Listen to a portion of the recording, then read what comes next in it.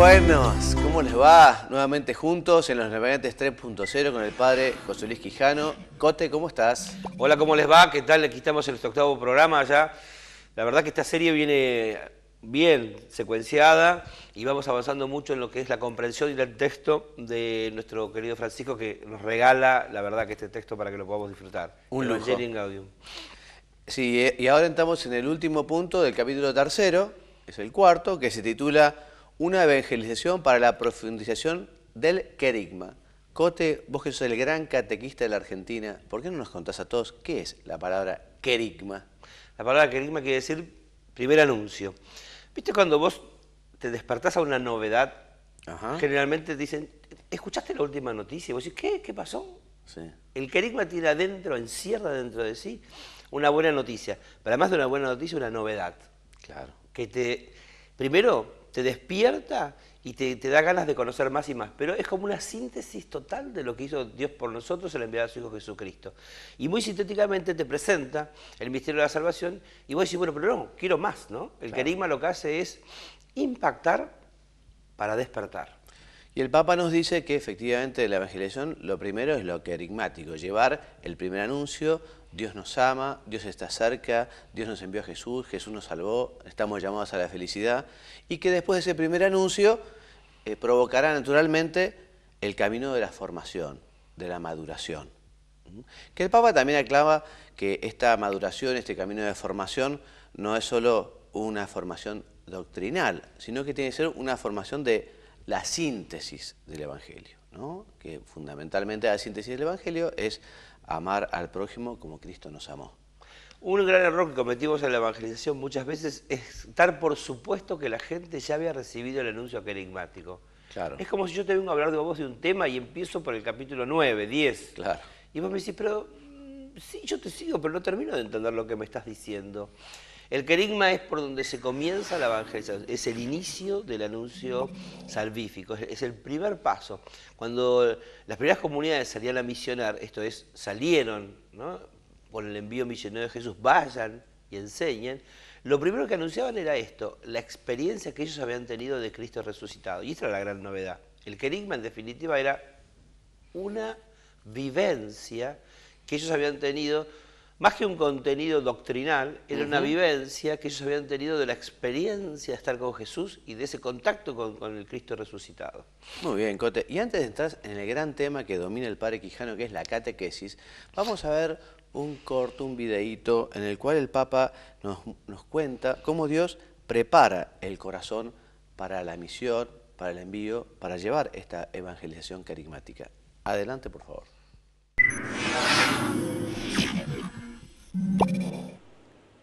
En su homilía en Casa Santa Marta, el Papa Francisco explicó que Dios siempre prepara el corazón antes de confiar una misión. Signore, quando vuole darci una missione, vuole darci un lavoro, ci prepara. Ci prepara per farlo bene, come ha preparato Elia. E il più importante di questo non è che lui abbia incontrato il Signore, no, questo sta bene. L'importante è tutto il percorso per arrivare alla missione che il Signore confida. E questa è la differenza fra la missione apostolica che il Signore ci dà e un compito. Francisco añadió que para cumplir la misión, Dios prepara el alma y el corazón, en la prueba, en la obediencia y en la perseverancia.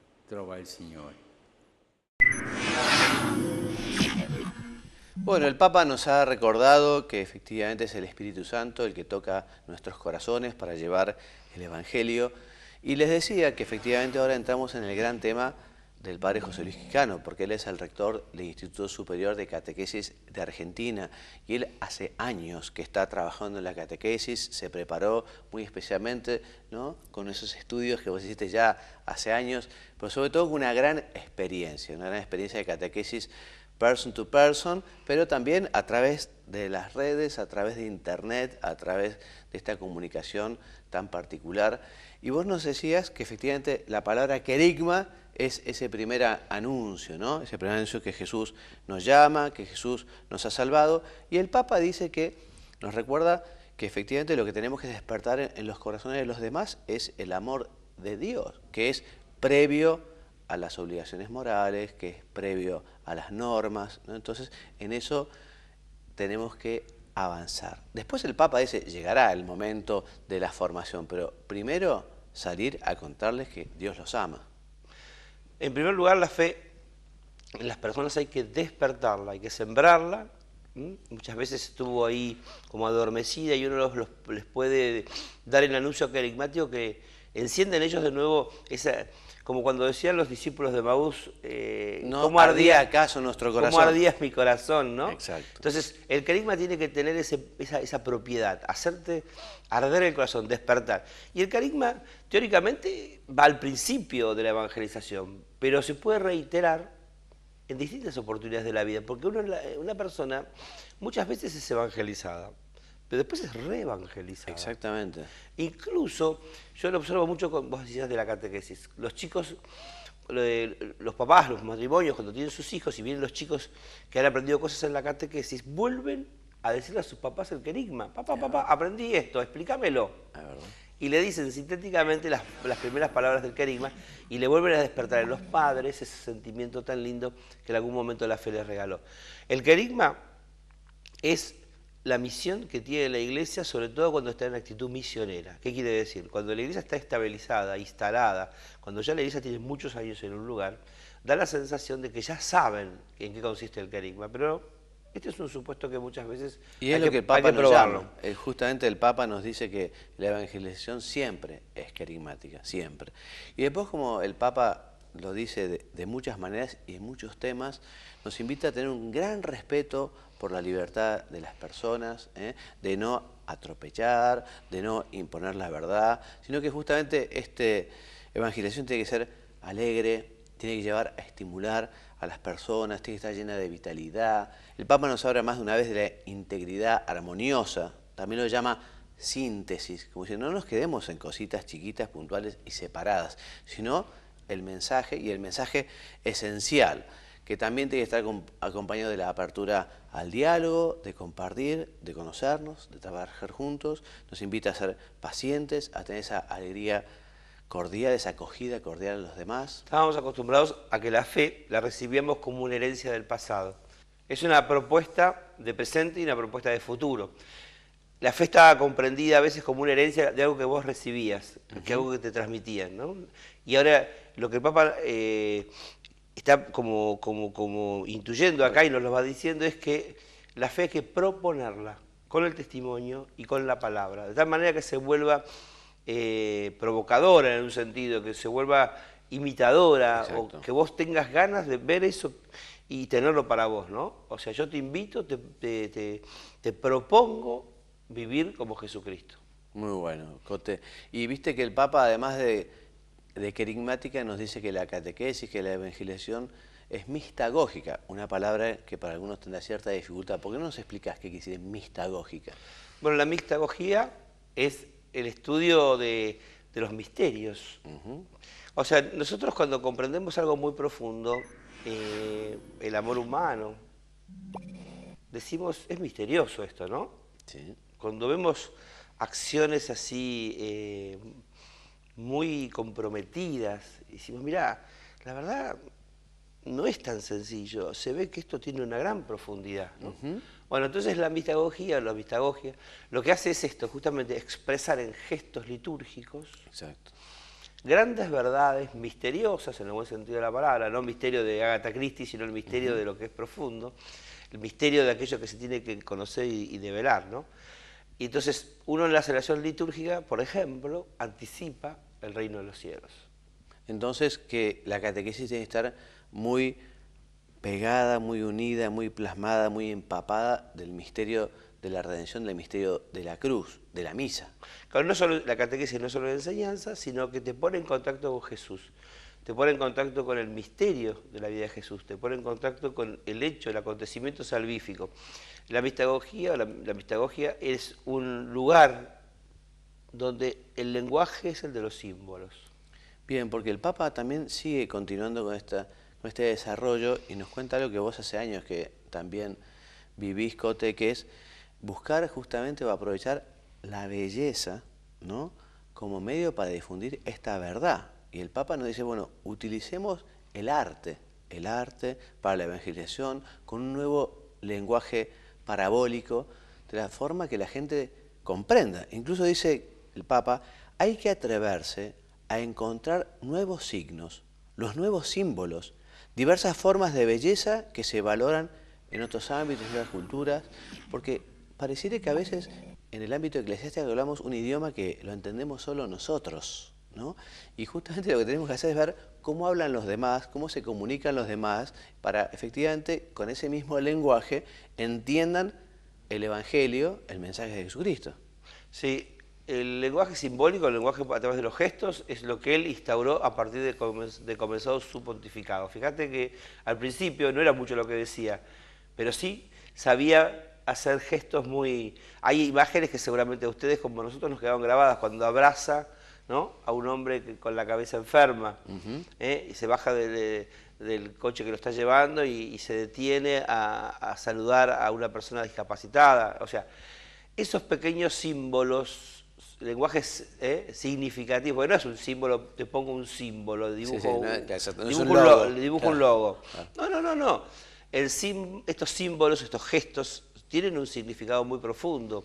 Y además, aquí hay una cosa, ¿no?, que es también parte de la vida de la Iglesia, que es el sacramento, que son los sacramentos, donde el agua del bautismo, el pan de la Eucaristía, el signo no solamente es un símbolo, sino que es un signo que te une con la salvación, que te une con lo que significa.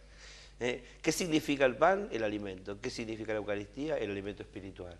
¿Qué significa el agua del bautismo? El lavado, la purificación. ¿Qué significa haberse bautizado? Purificarse del mal. Entonces, no son meros símbolos. Podés decir, bueno, hablas como en parábolas, hablas con metáforas, hablas con... No. Hablo con unos signos.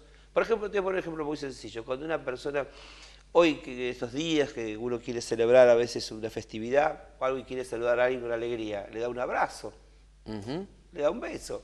Y entonces, ese abrazo sin palabras, ese beso, dice mucho más, es más decidor, ¿no? Dice mucho más que a lo mejor miles de palabras, ¿no? Entonces, este lenguaje mistagógico es un lenguaje donde a través de los signos y de los símbolos de la liturgia propiamente, vamos descubriendo y penetrando la profundidad del misterio de la revelación de Dios.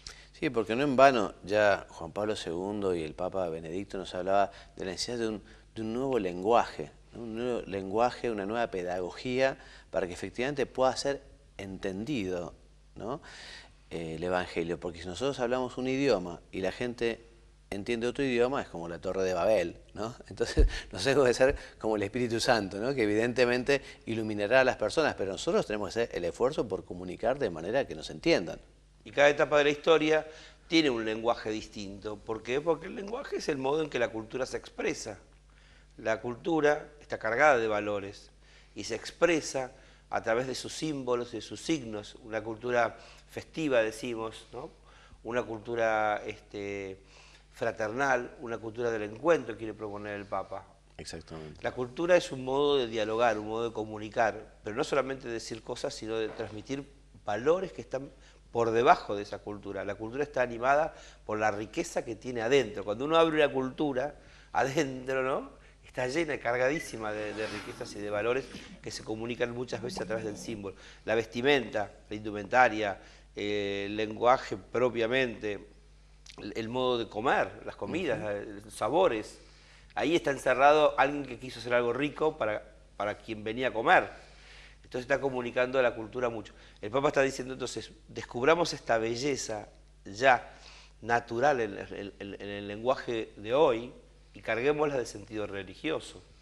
Te voy a leer el número 168, que quise copiarlo y pegarlo entero porque es muy rico y acá el Papa pega fuerte. Te lo leo, vos lo comentás. Sí. Dice, en lo que se refiere a la propuesta moral de la catequesis que invita a crecer en fidelidad al estilo de vida del Evangelio, más que expertos en diagnósticos apocalípticos u oscuros jueces que se ufanan en detectar todo peligro o desviación, es bueno que puedan vernos como alegres mensajeros de propuestas superadoras, custodios del bien y la belleza que resplandecen en una vida fiel al Evangelio. Maravillosa la forma en que dice las cosas, ¿no? El Papa, porque es muy sencillo y muy profundo. ¿Qué está diciendo fundamentalmente? Que el anuncio del Evangelio te lleva a la alegría y al bien, te lleva de la alegría al bien y del bien a la belleza. O sea, está siempre presente, ¿no? Esas tres como patas, ¿no? En las cuales no es tanto imponer el deber ser moral y por lo tanto partir de un diagnóstico que está todo mal para que vos tengas que hacer las cosas bien, sino anunciarte la belleza del bien. Las cosas buenas son lindas, generalmente las cosas lindas también tienen que ser buenas. Y entonces esa especie de circulación que hay del bien y la bondad, entre la belleza y la alegría, forman un conjunto de valores altísimos que entusiasman a cualquiera a vivir así. A mí el Evangelio, cuando lo descubrí en una etapa de mi vida muy joven, de niño y después de adolescente, que uno lo descubre en los grupos juveniles, dije, qué lindo vivir así. O sea, no era solamente una doctrina, sino algo que me entusiasmaba. Y le veía belleza, porque tenía sacrificio, entrega, tenía dedicación, compromiso. Y todos esos valores que uno los descubre, que están adentro, pueden emerger tranquilamente en una linda y propuesta bella, buena y alegre, ¿no? Y al renglón seguido el Papa nos habla del arte del acompañamiento, lo que quizá antes se llamaba la dirección espiritual o el acompañamiento espiritual. El Papa lo titula el acompañamiento personal de los procesos de crecimiento, ¿no? Entonces el Papa primero nos recuerda que esto no es una terapia, ¿no? Y después el Papa también nos habla, no lo dice con estas palabras, pero te digo la idea, de que no hay que manipular a la gente, sino que hay que acompañarla con un gran respeto a la libertad, tratando de ayudarlos a que escuchen la voz de Dios y vean qué es lo que quiere para ellos. Por eso dice que en el arte de escuchar se exige la prudencia, la paciencia, la capacidad de comprensión, que hace falta una pedagogía que lleve a las personas paso a paso y así va aprendiendo, conociendo y asimilando el misterio. Dice, no emitamos juicios sobre responsabilidad, sobre culpas, seamos muy prudentes. Tampoco consintamos fatalismos o dejemos llevarnos por la pusilanimidad, o sea, ánimo pequeño, ser pusilánimo. Invitar al otro, a aquel que acompañamos, a querer curarse, a cargar con su camilla, a abrazar la cruz, a dejarlo todo, a salir siempre de nuevo a anunciar el Evangelio, ser pacientes, ser comprensivos, encontrar maneras de despertar confianza, apertura y disposición para crecer. O sea, en este sentido, quienes nos dedicamos a acompañar a las personas en sus procesos espirituales, tenemos que rezar mucho por ellos y después ver qué es lo que quiere Jesús para ellos. No poner nuestro modelo, nuestra seña o nuestra idea, sino qué es lo que quiere el Espíritu Santo para ellos. Mira, una figura que a mí me enseñó a entender y a comprender lo que significa el acompañamiento fue los dirigentes scout que yo tuve. El dirigente scout iba un pasito más adelante, o iba a tu lado, o un pasito más atrás. Él sabía, el dirigente scout, me acuerdo de estas cosas, viste, que a uno le queda grabada para toda la vida, ¿no? Bueno. Porque vos recién planteabas acá el tema de una pedagogía. Una pedagogía antigua significa que el que tiene el saber está acá, y los que no tienen el saber tienen que ir a donde está el saber. Una especie de autoridad, digamos, que domina el saber y los demás tienen que correr hacia ella. En cambio, el acompañamiento gira esta estructura y pone al que tiene el saber al lado del que camina, para que el que camina descubra las huellas del saber y vaya recolectando el saber, ¿no es cierto? Y entonces por eso va un pasito adelante a veces va a la misma altura y a veces va un pasito para atrás. Qué bueno. Si está adelante es porque le está diciendo, mirá, avanza más rápido. Si va al costado es como un compañero de ruta. Claro. Y si va atrás, lo empuja un poquito el dirigente al al scout en este caso, para que pueda tener una marcha sostenida. Y levantar las huellas, ¿no? Siempre el scout es un rastreador, ¿no es cierto? Que está como mirando por un lado el horizonte, pero también con la mirada allá arriba en el horizonte y con la mirada acá rastreando y levantando huellas. El pedagogo es el que mira el itinerario de las huellas, que descubre los rastros y va haciendo su camino de aprendizaje. El Papa pone una figura que es el del tutor, el que acompaña.